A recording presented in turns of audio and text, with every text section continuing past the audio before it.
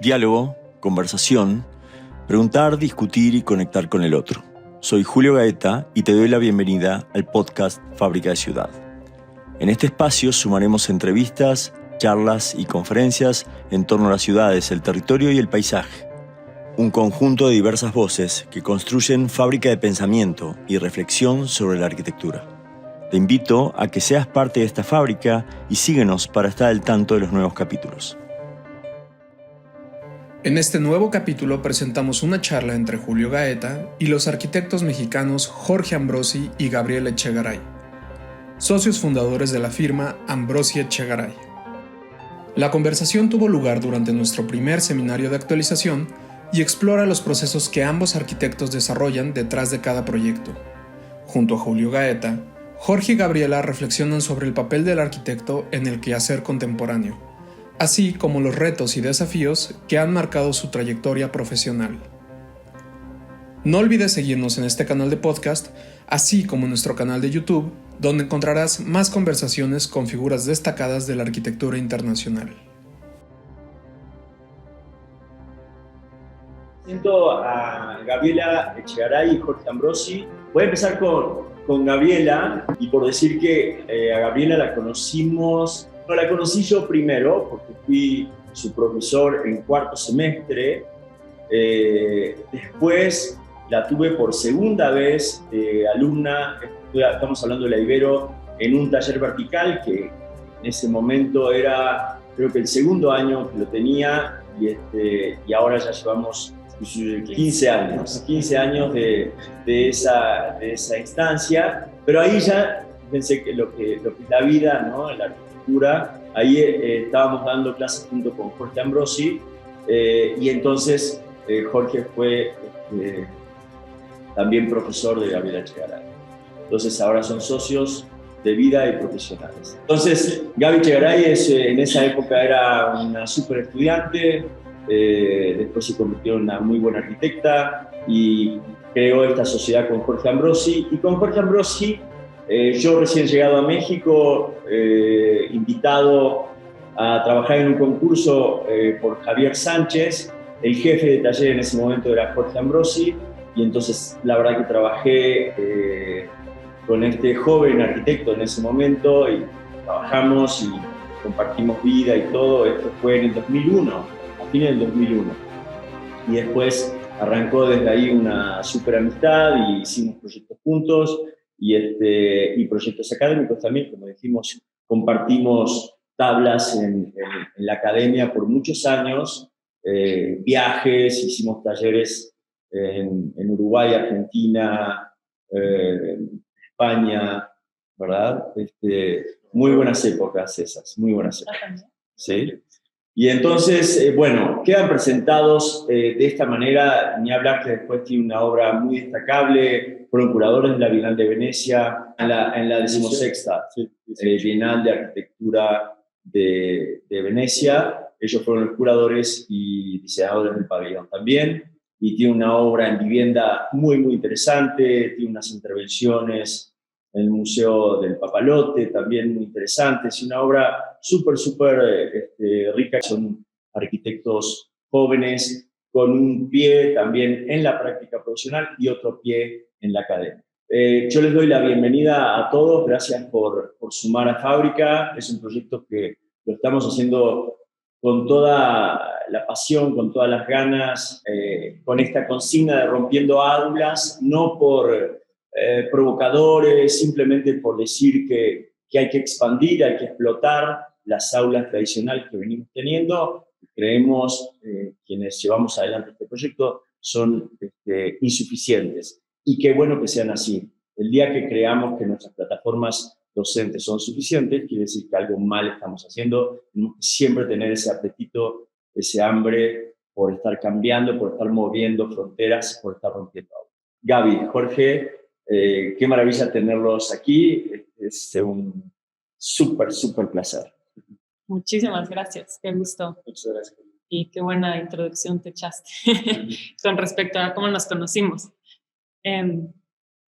Ahorita que mencionaste lo de seminario de actualización, y que te preguntaba sobre contemporáneos o pensamiento, como que lo que se nos hizo interesante es pensar cuáles serían los propósitos o los temas contemporáneos en nuestra práctica, y este seminario de alguna forma lo vemos también como seminario de actualización para nuestra práctica como tal, como para reentendernos o entender qué es lo que venimos haciendo.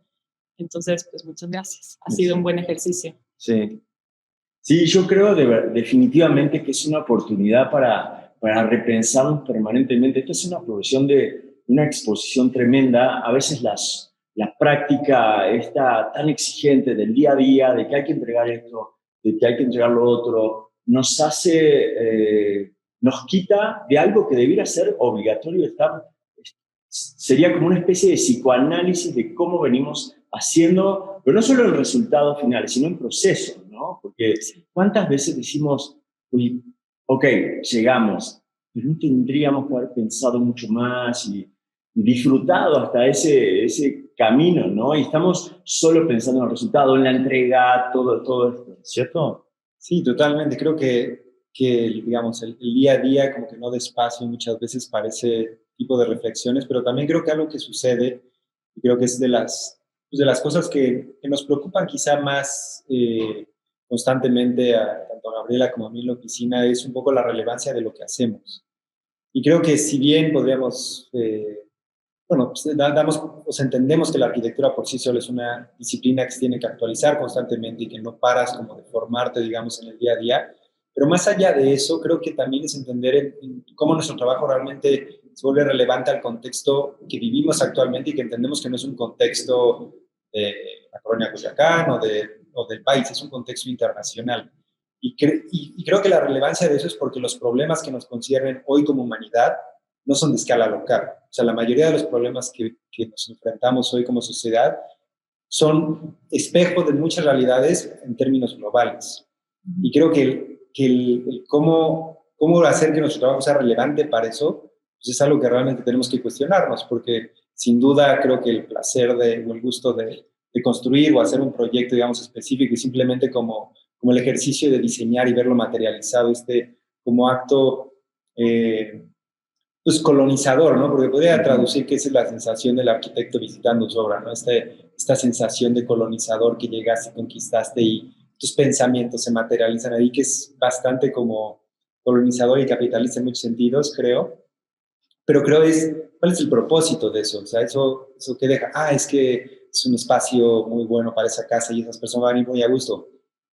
Hay que verlo. Y luego, primero habrá que verlo si funciona. Y ese sería el propósito que tenemos realmente. Esa es nuestra labor como eslabones dentro de una sociedad. Y son preguntas que no forzosamente tienen una respuesta hoy en nuestra profesión, pero que quizá desde los primeros años de nuestra sociedad, y sin duda creo que de manera más presente Gabriela tiene como este cuestionamiento, y creo que eso podríamos decir que es lo que ha nutrido nuestro trabajo los últimos años, quizá esas preguntas, ¿no? No sé si tú coincides. Julio me dijo al principio que cuando no coincidamos aquí hay un botón de mute para evitar conflicto, pero no, sí coincido completamente que como el que nos hemos estado cuestionando nos da sentido. No necesariamente creo que eso cambie o realmente resulte en algo distinto, pero el ejercicio simplemente de cuestionarte tiene que estar permanente. Y Julio me compartía como de otras conversaciones como con Kalach, que decía que decían los dos como que la arquitectura constantemente se tiene que aprender. Y bueno, es algo que también Humberto nos decía muchas veces, ¿no? La arquitectura se aprende. Y en ese aspecto me encanta el título de Rompiendo Aulas por la idea de sí, salirte como de lo cotidiano, de lo ordinario, porque la aula de la oficina, que también es un ejercicio constantemente, te encierra y te acota como a tu visión, a lo tuyo, y entras como en una inercia de sacar desde tu pensamiento y desde lo que te ha funcionado. Y también creo que algo importante hoy es como esta colectividad, y que hoy la arquitectura ya no es tan jerárquica, nunca lo ha sido, pero ahora creo que es como más abierta en términos de que pues, hay un equipo, hay colaboradores, aprendes a delegar, y como esta colectividad o sumar en ideas como que te está confrontando constantemente. Y si bien yo creo que al principio de nuestra sociedad era como mucho sumar. Yo creo que ahorita no es que nos sumemos, pero sí hay más confrontación porque pues te vas enriqueciendo como con perspectivas personales e intereses y maneras de ver la vida y por ende la arquitectura.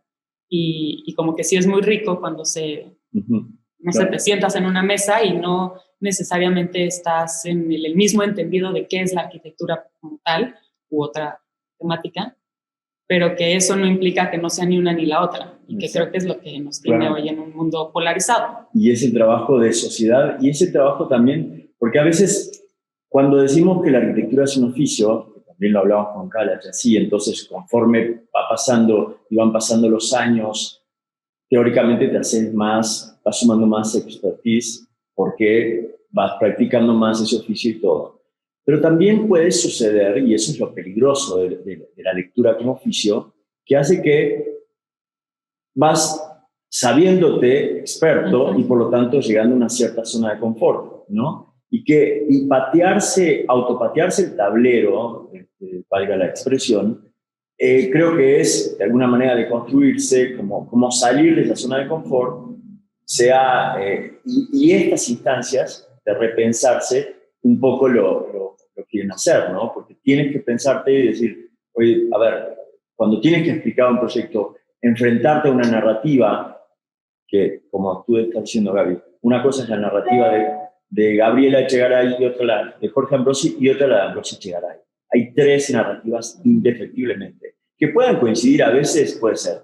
Otras veces, consta, porque yo tengo una socia, a veces se esfuerza a hacerlas coincidir, pero casi como en un ejercicio inconsciente. Y sí, obviamente, al pasar de los años, uno va teniendo esos lentes particulares. Recuerdo una vez, Jorge, todo esto para llegar a una conversación que teníamos hace mucho tiempo y que después vi que lo retomaste en una entrevista y decía, creo que era de Ardell, y te preguntaban, oye, ¿qué es la arquitectura, no? Entonces, era antes incluso de ser socio de Gaby, de tener a Ambrosi Echegaray, y entonces era Jorge Ambrosi diciendo, bueno, es que la arquitectura, aparte de una práctica, es un lente de vida, es cómo vivir,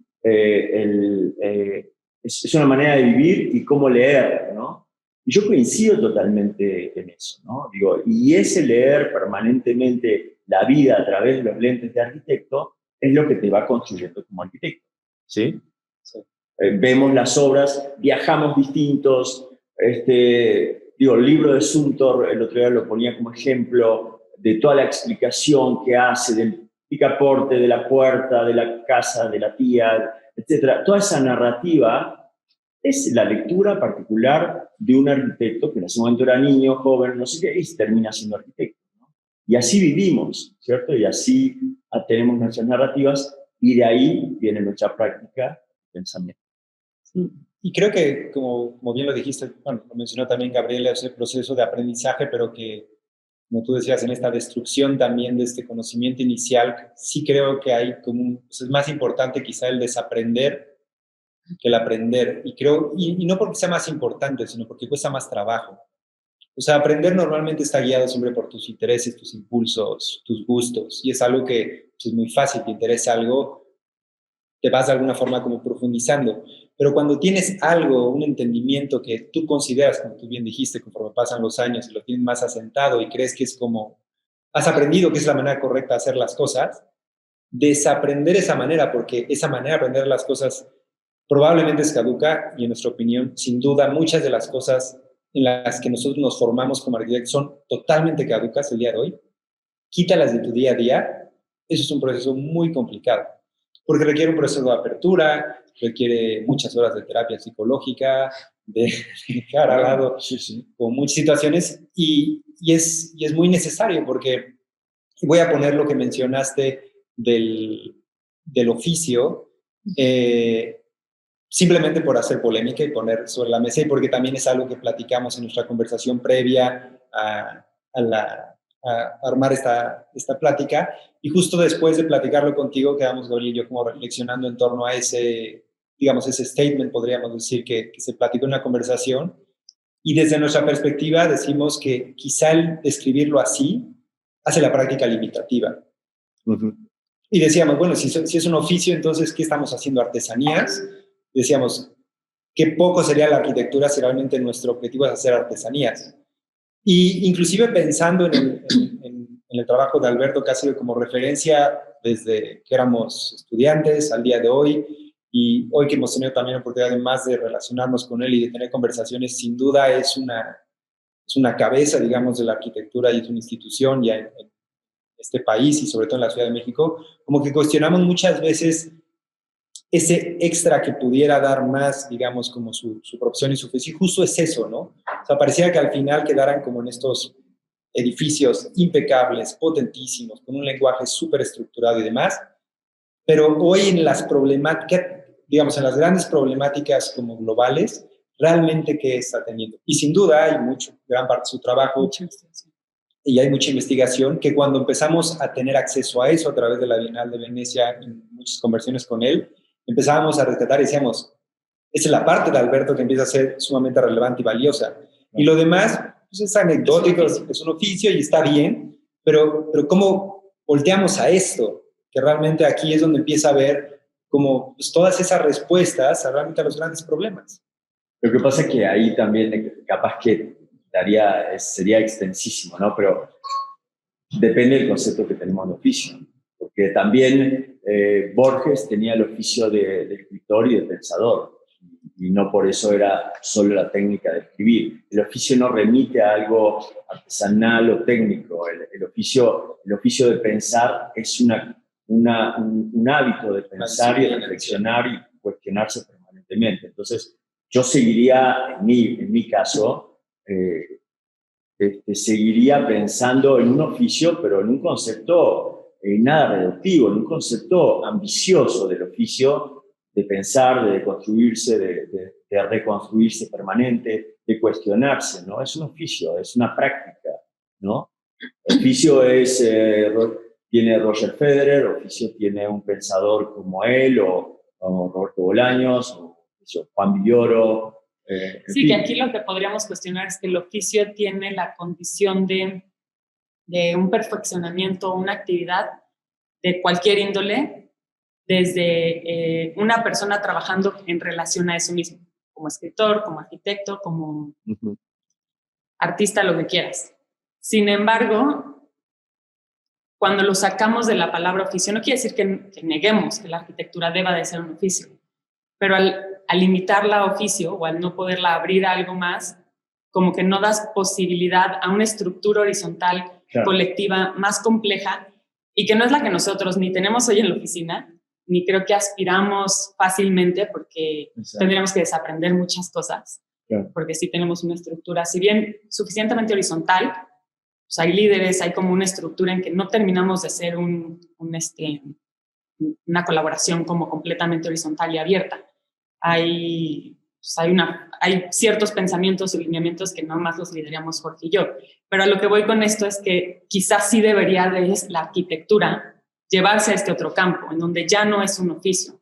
No porque esté mal, sino porque el mundo requiere de una interdisciplinaridad que nos rebasa como arquitectos. Y entonces es desde ahí desde donde nos empujamos a abrir como nuestro gusto y nuestra pasión al oficio, para complejizarla y poder llevar a la arquitectura a otro plano. Okay.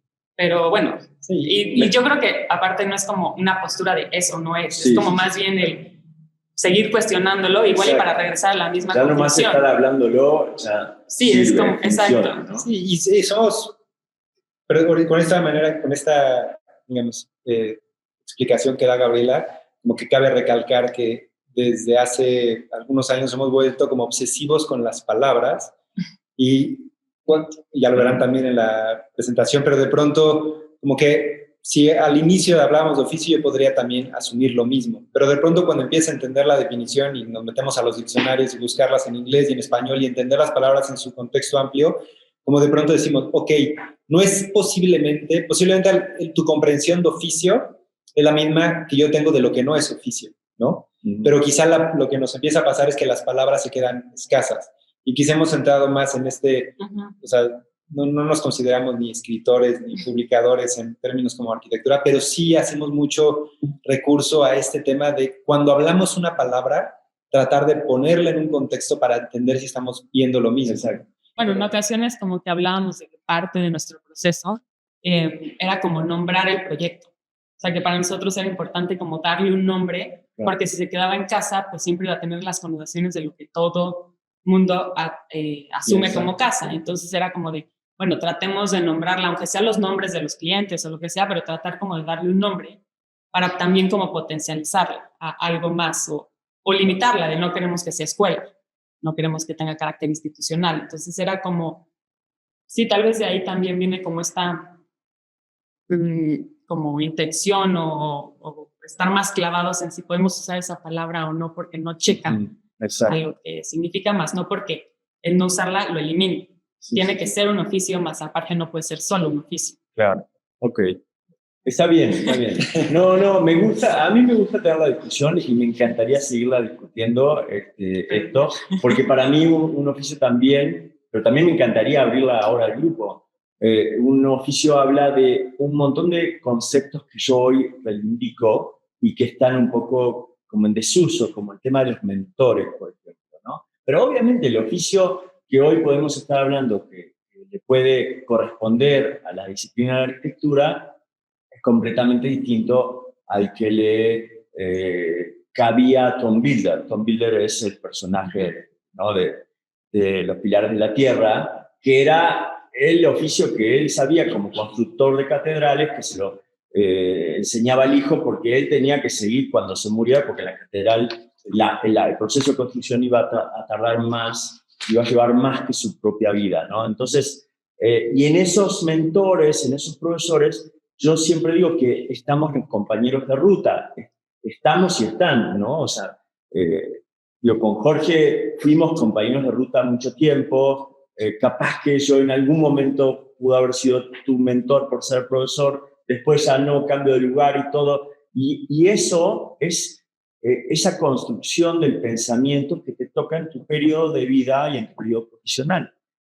Y eso me parece que tiene tanto que ver con el oficio, tanto, que no hay palabra que me venga mejor con el oficio y me remite a esa historia de Los Pilares de la Tierra también. Entonces, o sea, porque el oficio tiene eso de práctica, de reflexión, de aprender permanente, de ir mejorando la técnica puede ser, insisto, la técnica de pensar, la técnica de conceptualizar, y tiene que ver con esos compañeros de ruta y mentores y profesores.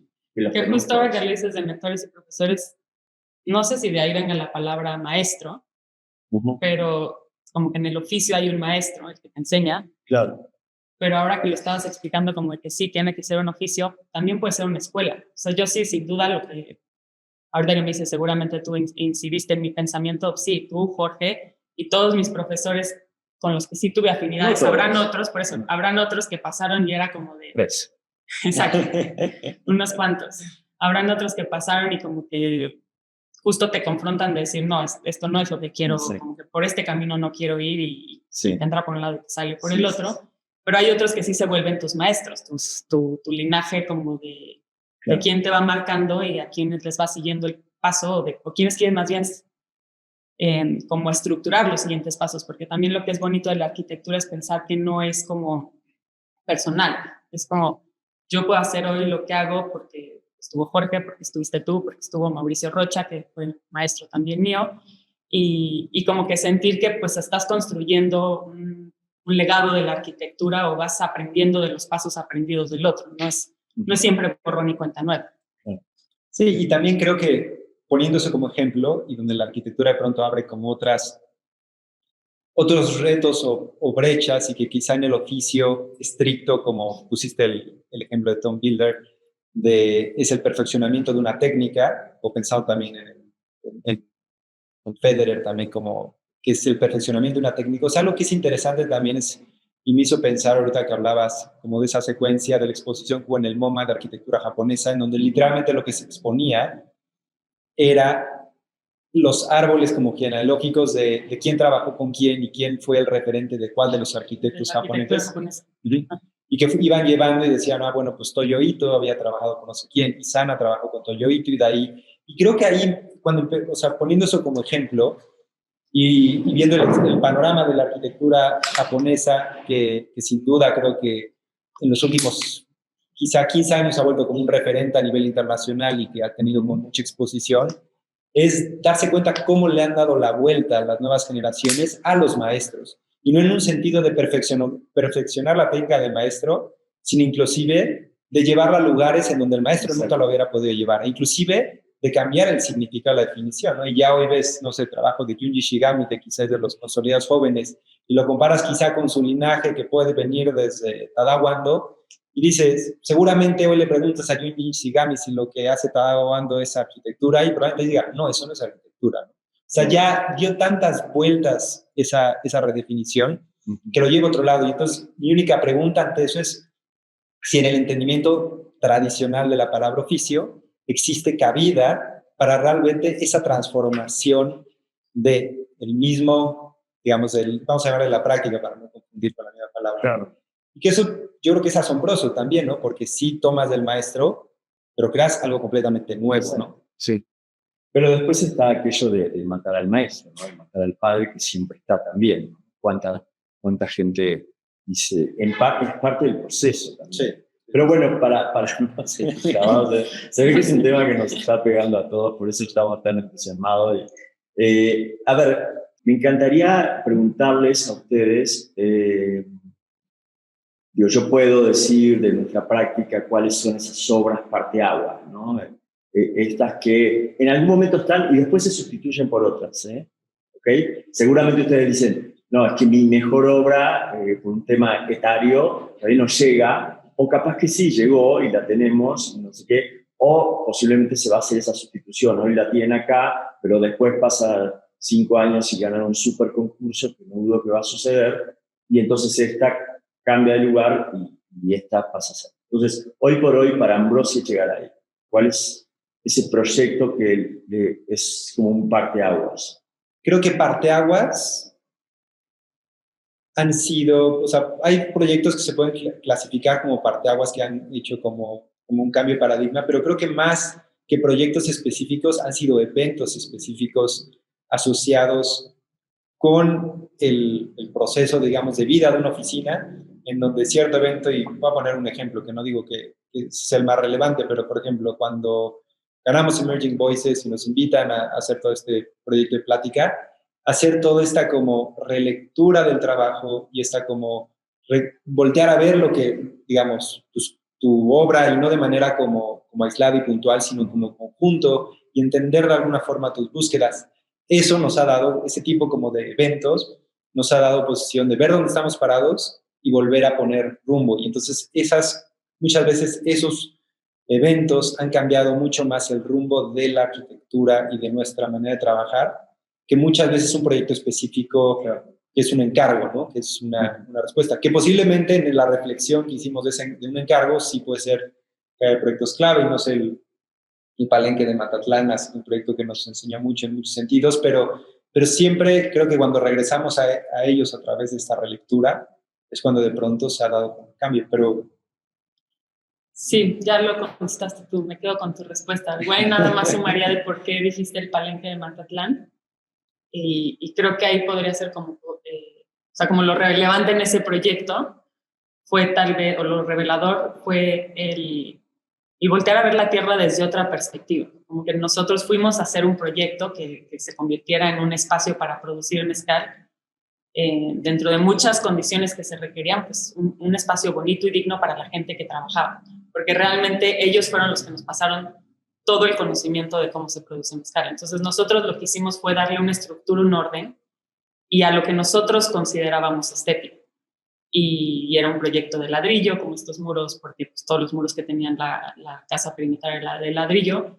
Y en el proceso, cuando lo empezamos a hacer, que vieron que se tuvieron que sacar la tierra para excavar cimentaciones, la tierra del lugar destilaba mezcal, y les entró como un sentimiento de ¿qué vamos a hacer con esta tierra? No podemos deshacernos de esta tierra. Wow. Y entonces se frenó el proyecto, y ante esa como pausa del proyecto, en algún momento dijimos, pues, muros de tierra. Vamos a usar esa tierra, el lugar no se van a deshacer de su tierra, y el proyecto se vuelve con muros de tierra, que fue algo que que nunca concebimos como en la estética, ni en la estructura, ni en la idea del proyecto como tal, sino que se dio en su proceso y fue lo que nos enseñó, yo creo, como de qué ajenos de repente somos a lo que es un legado. Y para ellos era como, esta es la tierra de nuestros ancestros, aquí sea este olor que destila es el mismo producto del que estamos queriendo hoy hacer un mejor lugar, como tirarlo. Excelente. Entonces es como nada más quería complementar como esa historia del aprendizaje. Buenísimo, donde el sitio se convirtió en proyecto, ¿no? Porque Exacto. el proyecto en general va y se posa en el sitio, pero en este caso el sitio Sí, se posó en el proyecto y lo reconvirtió y lo transformó. Buenísimo. Quiero subrayar, no terminar, subrayar el trabajo de las memorias, es que estuvimos permanentemente, sin nombrarlas, hablando de las memorias, ¿no? Siempre estuvieron las memorias desde el vamos. ¿Sí? Y es lo que hacemos los arquitectos, ¿no? Sí. Aunque trabajamos para el futuro, en realidad inmediatamente se convierte en pasado y ya trabajamos con las memorias, construidas, dibujadas, pensadas, reflexionadas, pero siempre estamos con las memorias, ¿cierto? Sí, y creo que es ahí como también tratando como de ir como cerrando y regresando un poco al texto inicial, en donde cuáles son como, o sea, ¿qué hace la arquitectura hoy, no? O sea, y cuál es como su obligación, y empezamos la discusión con el tema del oficio, y en dónde esta palabra se queda corta en nuestra opinión, y de pronto decimos, es eso, ¿no? Gabriel habló de que la arquitectura tiene la capacidad de facilitar, ¿no? O tiene la capacidad como de vincular o de posibilitar, y realmente se vuelve como esta especie como de verbo, ¿no? En donde nosotros como arquitectos lo que somos capaces es de entender la realidad física en todas sus dimensiones, en todas sus implicaciones y en muy diversas escalas, y es una cualidad o no voy a decir una cualidad, es una profesión que nos va abriendo acceso a eso, pero que esa visión no la tiene todo el mundo, y como que pareciera que damos por hecho de que todo el mundo tiene esa visión. Pero, y sí, o sea, todo el planeta entero y todos los seres humanos tienen un cierto grado de experiencia espacial, ¿no? Tangible, porque pues lo habitan, ¿no? Y la realidad la conoces, pero de eso a reflexionar sobre el espacio, que es muy distinto a simplemente transitar un espacio, es una posibilidad que los arquitectos tenemos. Y desde ahí existen como esas responsabilidades y obligaciones, y así como un médico tiene la capacidad de entender un cuerpo humano mejor que todas las otras disciplinas, y nadie le puede competir a entender como la química o lo que sea dentro de un cuerpo, y cuando le preguntas y él le ayuda y te explica y te facilita una comprensión más fácil para ayudarte a entender tu problema, de la misma forma nuestra obligación como arquitectos es crear eso con la arquitectura, o sea, cómo hacer para poder evidenciar o transmitir o facilitar de alguna manera la comprensión de una problemática que tiene que ver con el espacio físico. Y no importa si es territorial, porque territoriales hay... Sí, con el entorno construido. Con todo el entorno construido y no construido. O sea, ¿cómo las llevamos a una mesa para que el resto como de la población y del planeta, de los seres humanos, lo puedan como ir como digiriendo y entendiendo y realmente poder hacer cambios en la transformación de espacio físico? Porque uno de los problemas más graves y por lo que la arquitectura se ha vuelto tan relevante, o sea, todo el mundo dice, la arquitectura se ha puesto de moda en los últimos años. No se ha puesto de moda. O sea, la falta de arquitectura y de reflexión en torno a las implicaciones de habitar el espacio físico construido y no construido, tiene muchas implicaciones que nos llevan a estar a donde está el planeta el día de hoy. Y esa falta de comprensión, o sea, es al grado o sea, el nivel de gravedad es tal que estamos en peligro de extinción. Y ese es el tema, es decir, por eso es la urgencia y la relevancia de poder entender la arquitectura en todas sus dimensiones. El cómo hacer para que nuestra práctica, a través de nuestras herramientas que son un dibujo, una maqueta, una pieza, una exhibición y demás, podamos decir y ayudarle a la gente a ver que existen estos problemas que requieren atención y que podamos exigirle a las instituciones políticas de que se necesitan, como bien lo dijo Gabriela también en el texto inicial, estrategias de diseño territorial y estrategias de diseño en las ciudades, y que respetar un uso de suelo que tiene que ver con diseño es importante por infinidad de cosas. Y creo que eso es como a lo que, o sea, tratando como de ir cerrando, como que creo que es como muy importante de esta dimensión, que es entender nuestra responsabilidad. Y el cuestionar si es oficio o no es oficio, no es por ser un disputón y llevar la contraria, sino porque es la responsabilidad de entender cuál es como su grado más amplio de acción, y que entendido de esta forma es infinito en términos como de escala, inmensamente necesario. Y creo que eso pues es lo relevante para nosotros y lo que también como que recalco de un inicio en donde es este grado como de incompletitud, como lo dijiste tú, Julio, de pues que cómo llegar a realmente poder influir en ese ámbito. Yo le doy las gracias a todos, en especial a nuestros invitados, Gabriela y Jorge, y quiero también decirles que gracias por tomar el camino complejo, el camino menos cómodo y menos autocomplaciente, el preferir hablar de procesos y no de resultados finales. Y bueno, aplaudo eso. Muchas gracias por eso. La verdad que por cierto no lo hablamos, no hemos combinado, no hemos coordinado nada de esto, no habíamos coordinado hablar de PhoneBuilder, fue una coincidencia feliz. Así que gracias Gaby, gracias Jorge. Gracias por acompañarnos en este nuevo episodio. Te recordamos visitar nuestro canal de YouTube y seguirnos en nuestras redes sociales para no perderte todos los contenidos que tenemos disponibles de la mano de arquitectas y arquitectos nacionales e internacionales.